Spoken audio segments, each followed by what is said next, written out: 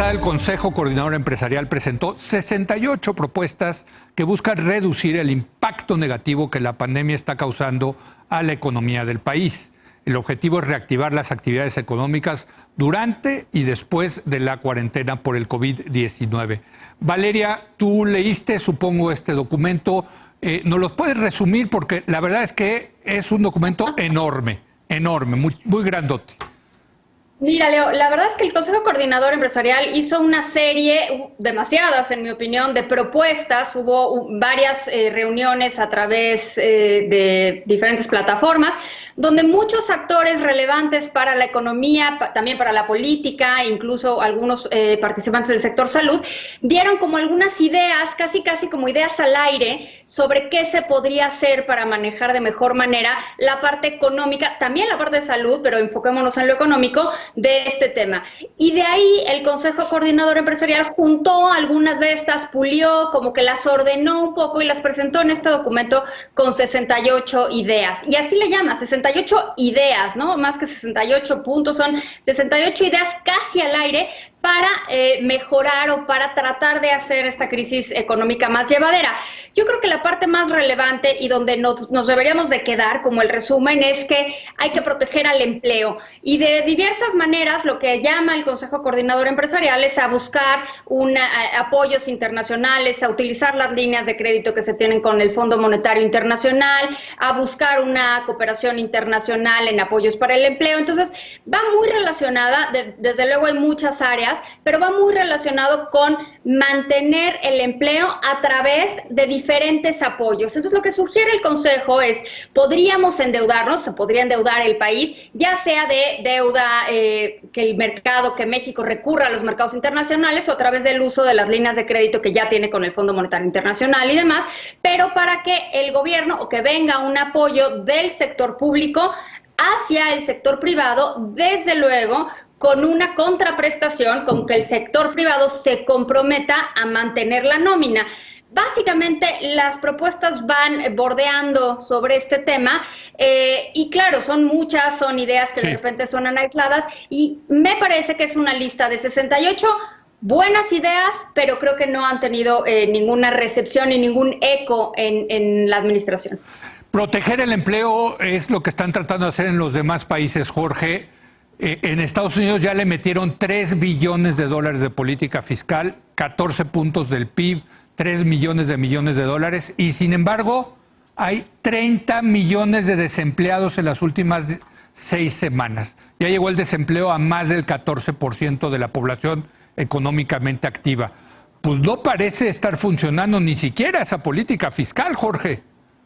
Bueno, sí, no, Leo, es decir, lo importante en Estados Unidos y en Europa, aunque de manera diferente, lo importante en Estados Unidos es que esta enorme cantidad de dinero, parte de ella fue destinada a complementar el seguro de desempleo que ya existe en Estados Unidos, pero que varía según los estados. Correcto. Y que no es suficiente en muchos estados. Por ejemplo, en Florida y en Texas es muy pequeño.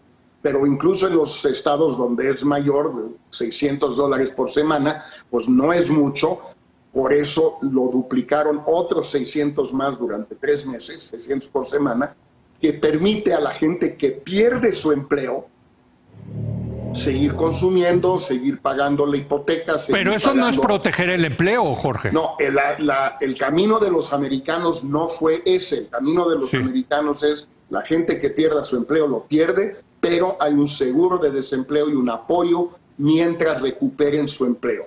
El camino europeo, fundamentalmente, con variaciones, pero ha sido de proteger el empleo. El Estado asume buena parte de la nómina de las empresas con gasto fiscal y las empresas se comprometen a reactivar en cuanto puedan y desde luego a mantener la nómina.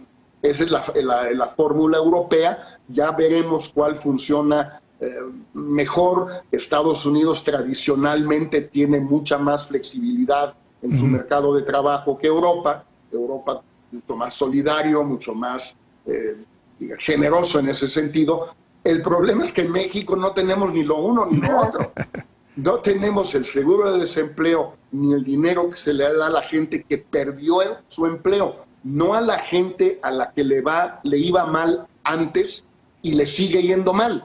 Pues hay que apoyarla en todo lo que se pueda, desde luego. Pero la gente ahorita más dañada es la que tenía un empleo y lo acaba de perder o lo va a perder.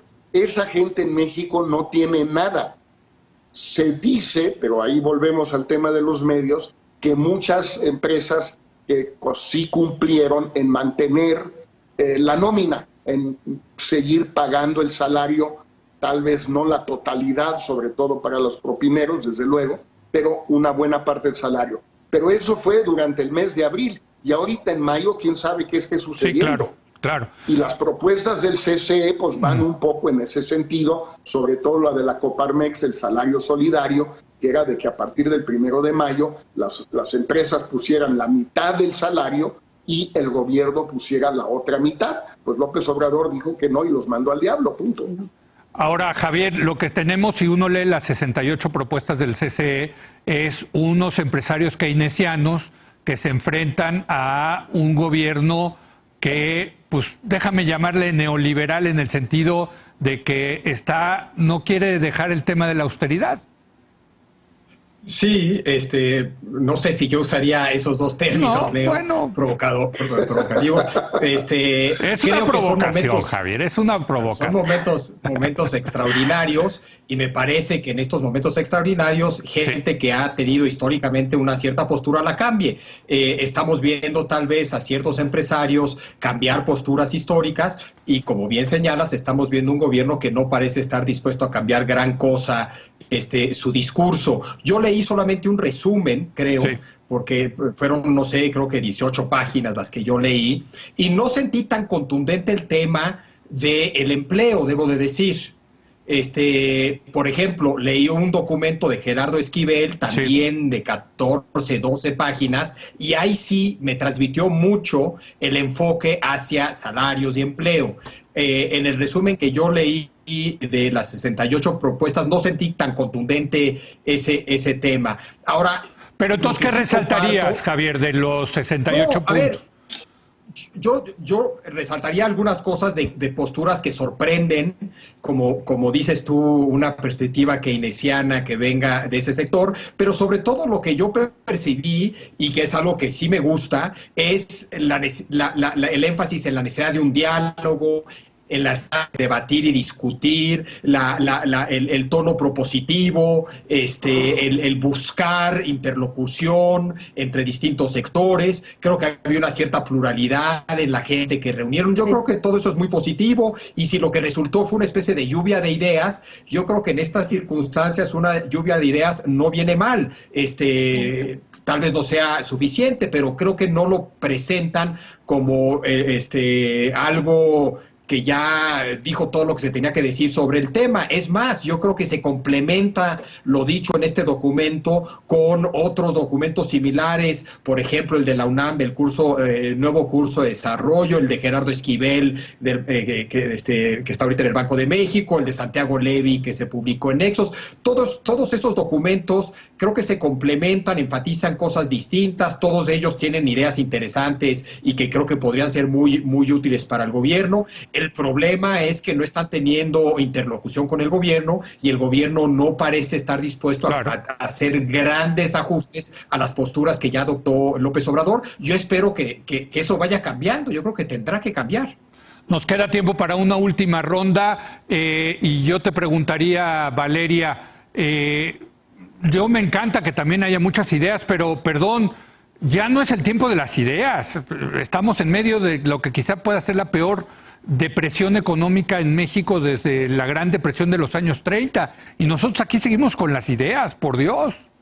Yo creo que ese es un poco el tema, ¿no? Porque los empresarios presentan esta lluvia de ideas con la idea quizás de tener un diálogo con el gobierno, con la administración, y lograr un plan de acción. Y eso, desde mi perspectiva, no se logró. O sea, los empresarios, por su lado, tienen sus ideas, y el presidente estará pensando en su plan de acción, él y su administración, o él solo quizás, y lo estarán armando o no, y nos lo presentarán esta semana, ¿no? El presidente ha señalado que esta semana nos dirá cómo va a ser la reapertura, cuál es el plan de reactivación, y creo que esa es la parte importante de esto. Dentro de esas 68 ideas hay ideas que me parecen muy buenas y muy rescatables, y qué buena onda que se estén dando, pero no creo que estas ideas se vayan a concretar en un plan, porque ya, o sea, no hubo un eco en la administración. El presidente dijo, pues muchas gracias, pero pues yo haré lo que considere necesario, y esa es una parte importante. Pero quiero tocar un punto rapidísimo, Leo. Rapidísimo. Cuando menciona, rapidísimo, la parte de los apoyos fiscales de Estados Unidos, como en gran parte se ha dado a mejorar o ampliar el seguro de desempleo, esto ha ocasionado que muchas empresas despidan a sus trabajadores o les soliciten que se acojan a pedir ese seguro de desempleo con la promesa de recontratarlos, suponiendo que la empresa sobrevive. Entonces hay una parte de acuerdo ahí entre ambas partes para usar ese beneficio y mantener el empleo una vez que reabra. Muy buen punto. Gracias, Valeria, te despedimos. Muchas gracias por estar con nosotros. Hasta luego, Gracias, Valeria. Jorge, un último comentario. Yo creo que hay una parte adicional interesante de este esfuerzo del CCE, que fue el juntar a distintos sectores de la sociedad mexicana para tratar de proponer una serie de ideas, esquemas, mecanismos sin el gobierno, de alguna manera a sabiendas de que el gobierno no las iba a asumir, no las iba a hacer suyas, pero que era importante ponerlas en la mesa de la discusión de cualquier forma, para que con el tiempo, sobre todo cuando esto se vuelva mucho más agudo, es decir, en estos próximos días y semanas, haya ahí un material.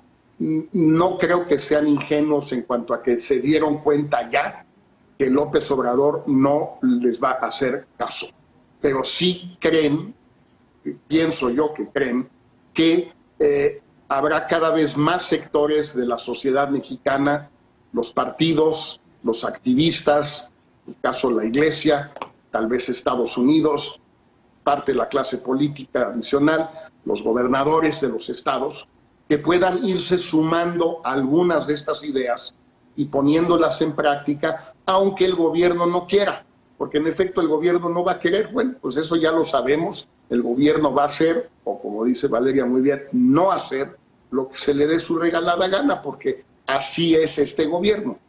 Gracias, Jorge. Muy buenas noches. Te vemos la semana que entra.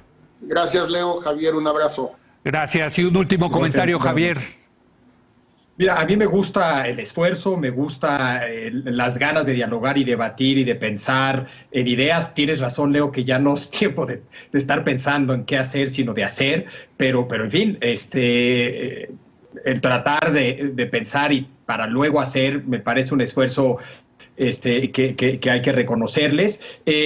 También yo diría que el gobierno también hay distintos grupos y habrá que ver si esto ayuda a ciertos grupos que sí quieren hacer ciertas cosas, el que existe esta presión de un grupo amplio en la sociedad, igual los ayuda, igual no. Y también hay que recordar que López Obrador en el pasado, en su momento, ha rechazado cosas que después adopta. Yo me acuerdo muy bien su discurso anti el 3 de 3, si te acuerdas, cuando salió todo el tema, y luego cuando publica su libro, ¿qué propone? El 3 de 3. Entonces creo que también hay un valor en poner temas sobre la mesa que después alguien podrá recoger, y ojalá muchas de estas buenas ideas sí las recoja alguien. Pues muchas gracias, Javier. Te vemos la semana que entra. Leo, gracias, buenas noches. Gracias a Javier Tello. Gracias a usted por habernos acompañado. Ya está por aquí Genaro Lozano, lo dejo con él. Y yo lo espero mañana en punto de las 10 de la noche, cuando otra vez sea la hora de opinar. Aquí nos vemos.